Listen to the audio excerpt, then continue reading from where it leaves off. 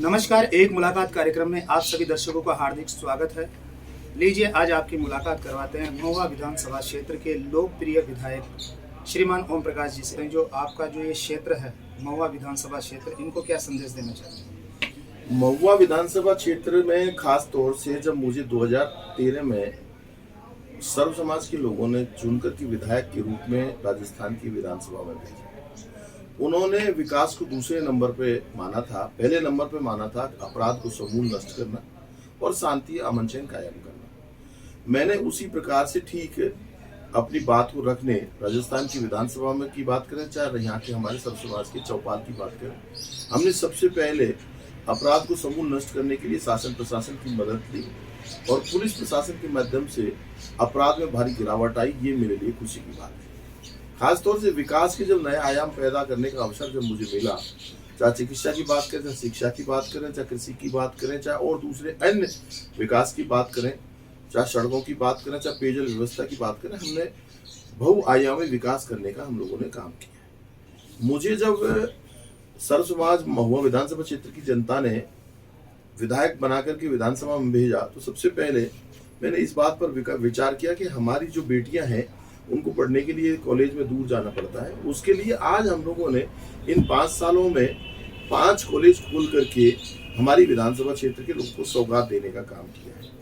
सबसे पहले डॉक्टर भीमराव अंबेडकर राजकीय महाविद्यालय महुआ में खोला, दूसरा महाविद्यालय मंडावर में खोला जिसका नाम हम टीकाराम पालीवाल जी के नाम पर रखने की प्रयास कर रहे हैं। तीसरा महाविद्यालय कन्या महाविद्यालय महुआ में खुला है जिसका नाम हम सावित्रीबाई फुले कन्या महाविद्यालय रखने का काम करेंगे। और चौथा महाविद्यालय जो कि कृषि महाविद्यालय हमारे लिए बहुत बड़ी सौगात है, वो खेड़ला बुजुर्ग में खोला गया है, जिसके लिए भूमि आवंटित हो गई है, जिसका काम भी बहुत जल्दी हम लोग शुरू करेंगे। साथ के साथ ही टेक्निकल एजुकेशन लेने के लिए हमने रामगढ़ के चरागा में, रामगढ़ और कमालपुर के बीच में एक ITI महाविद्यालय स्वीकृत कराई है, जिसकी वित्तीय और प्रशासनिक स्वीकृति भी जारी हो गई है। बहुत जल्दी उसके भवन का काम स्टार्ट करेंगे और इस साल जुलाई में हम लोग उसकी एक या दो ट्रेड महुआ कस्बे के आसपास रामगढ़ विद्यालय में शुरू करके लोगों को सौगात देने का काम करेंगे। ओम प्रकाश जी, ये भी जानना चाहूँगा कि जो चुनाव के दौरान जो आपने वादे किए थे, कहाँ तक आपने पूरे किए? मैं आपको फिर आग्रह करना चाहता हूँ। अब हम बात करेंगे चिकित्सा क्षेत्र की। तो चिकित्सा क्षेत्र में जब हमें विधायक बनाया था यहाँ की जनता ने, तो यहाँ चिकित्सा के क्षेत्र में CSC के जब नाम पे हम बात करते हैं तो यहाँ 2 CSC थी, महुआ और मंडावर। आज हमारे पास 5 CSC हैं। इससे साफ जाहिर होता है कि 1952 से लेकर 2013 तक मात्र महुआ और मंडावर को सामुदायिक स्वास्थ्य केंद्र के रूप में खोला गया था, लेकिन इन 7 साल 8 सालों में बालाहेड़ी, बैजुपाड़ा और बड़ागांव को भी सामुदायिक स्वास्थ्य केंद्र खोल करके हमें बड़ी सौगात दी है। यानी आपके 65 साल में मात्र 2 CSC और इन 7 सालों में 8 सालों में 3 CSC अलग से खोलकर 5 CSC खोलने का हम लोगों ने काम किया है। और सबसे बड़ी सौगात की बात तो ये है कि 2022-23 के बजट में सम्मानीय मुख्यमंत्री महोदय ने हमारे जो महुआ का सामुदायिक स्वास्थ्य केंद्र था उसको उप जिला अस्पताल खोल करके महुआ के लोगों को एक सौगात देने का काम किया। अब हम सड़कों की बात करें तो सड़कों की जब बात करते हैं तो हम इस साल ही करीब 100 करोड़ रुपए की सड़कें हमारी विधानसभा क्षेत्र को आगे विकसित करने के लिए, आगे बढ़ाने के लिए, यातायात के साधनों की सुगमता के लिए हमें 100 करोड़ से ज्यादा की सड़कें एक वर्ष में मिली है। ये हमारे लिए बहुत सौभाग्य की बात है।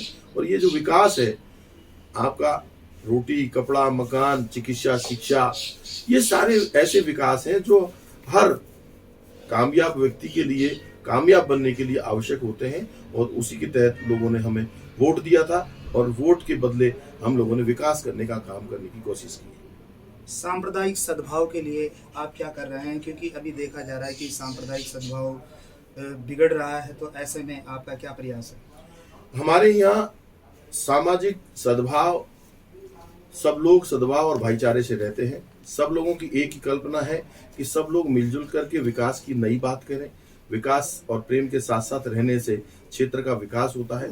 सामाजिक, राजनीतिक और धार्मिक विकास तभी संभव हो पाता है जब हम सब मिलजुल करके एक पटल पर, एक पायदान पर रह करके देश हित में काम करें, राष्ट्र हित में काम करें, समाज हित में काम करें। और मेरी विधानसभा क्षेत्र में आपसी भाईचारा और सामंजस्य आज भी कायम है, कल भी कायम था और आने वाले कल भी कायम रहेगा, मेरी ऐसी उम्मीद है। नशीले पदार्थों का जो बढ़ता हुआ जो प्रभाव है, उससे कोई भी क्षेत्र अछूता नहीं रहा है। ऐसे में आप यहाँ के लिए क्या प्रयास कर रहे हैं?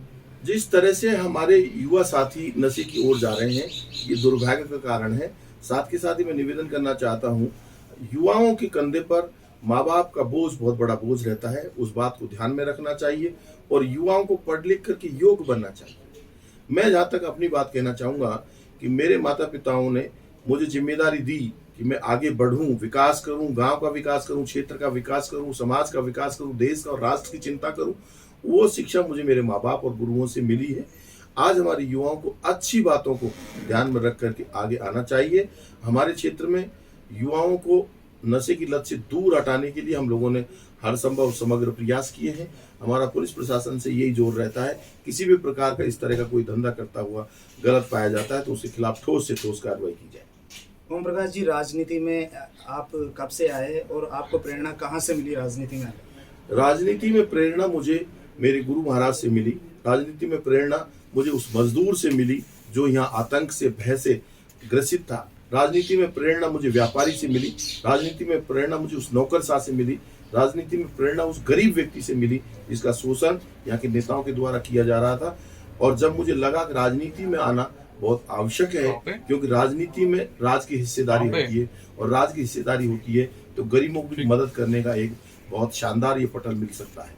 मैं सुबह से शाम तक आपने देखा होगा, देश में दो ही लोगों के खिलाफ, या तो महाराष्ट्र के नेता आदरणीय शरद पवार के बाहर ये लिख रखा है कि मिलने का समय 24 घंटा है, या आपके लाडले विधायक ओम प्रकाश हुड्डा के घर के बाहर आपने देखा होगा मिलने का समय 24 घंटा है।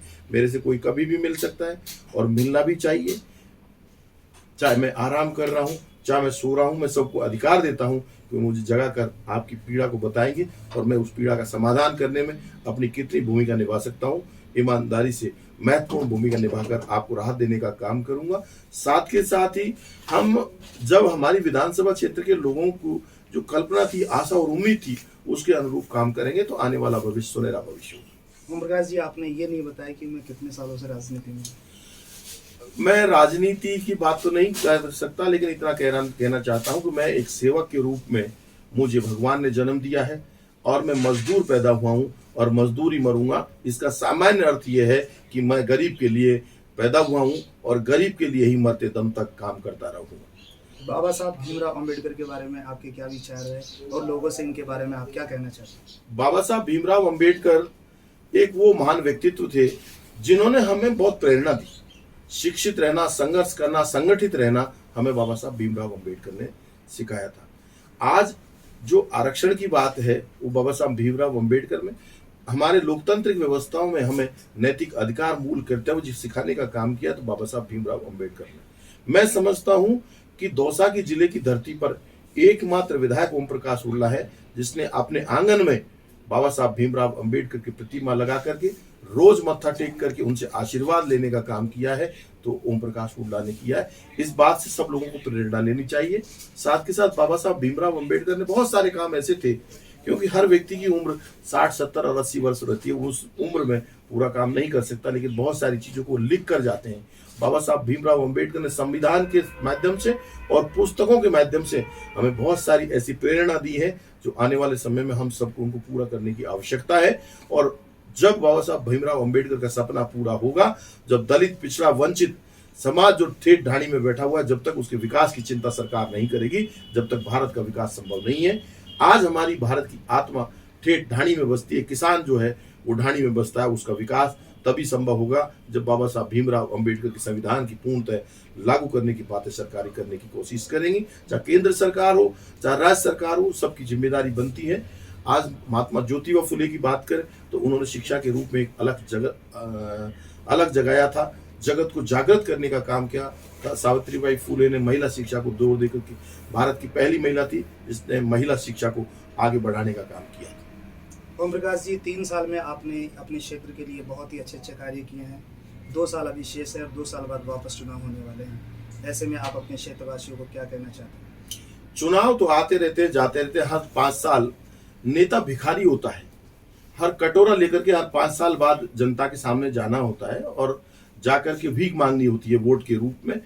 ये नेताओं को इस बात का ध्यान रखना चाहिए, अगले 5 साल बाद हमारा जो लाइसेंस है वो 18 से 25 दिन के लिए होता है, और 18 से 25 दिन के लाइसेंस के रिन्यू कराने के लिए हमें पुणे जनता के बीच जाना पड़ता है। तो मैं तो आम जनता से यही निवेदन करना चाहता हूँ, हमारा विकास और विकास के दम पर हम वोट मांगने का काम करेंगे। आने वाले भविष्य में हमने काम किया है और काम सर्व समाज के हित में हम लोगों ने काम करके दिया है। यही बात को आगे बढ़ाते हुए हम आम जनता से यही अपील करते हैं कि अपने बच्चों को पढ़ाइए लिखाइए और शिक्षा के क्षेत्र में अग्रणी लाइए, ताकि हमारा क्षेत्र आगे बढ़ करके देश की विकास की, राष्ट्र के विकास की हिस्सेदारी में हिस्सा बन सके और लोगों को राहत प्रदान कर सके। बहुत ही अच्छी आपने बात बताई। प्रकाश जी, कार्यक्रम समाप्ति की ओर जा रहा है।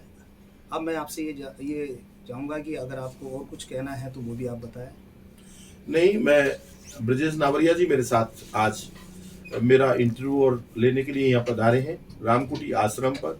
मैं सबसे पहले ये कहना चाहूंगा, ये रामकुटी आश्रम इसका नाम क्यों रखा।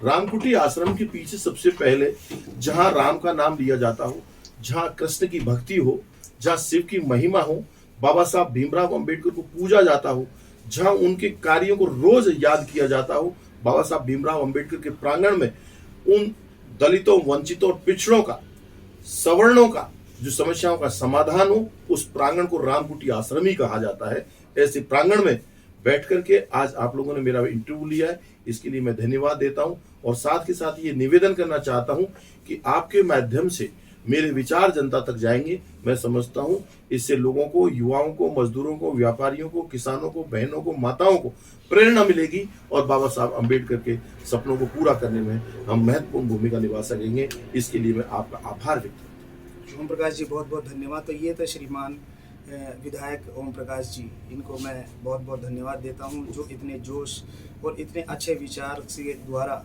अपने प्रदेशवासियों यानी कि अपने क्षेत्रवासियों की सेवा कर रहे हैं। इनका भविष्य उज्जवल रहे और आगे भविष्य में इसी प्रकार से कई योजनाओं को ये फलीभूत करते रहे हैं और हमेशा अपने क्षेत्र को विकास के चरम सीमा तक ले जाएं। इन्हीं सभी शुभकामनाओं के साथ मैं पत्रकार ब्रजेश कुमार नावरिया, दिल्ली क्राइम प्रेस, जयपुर से।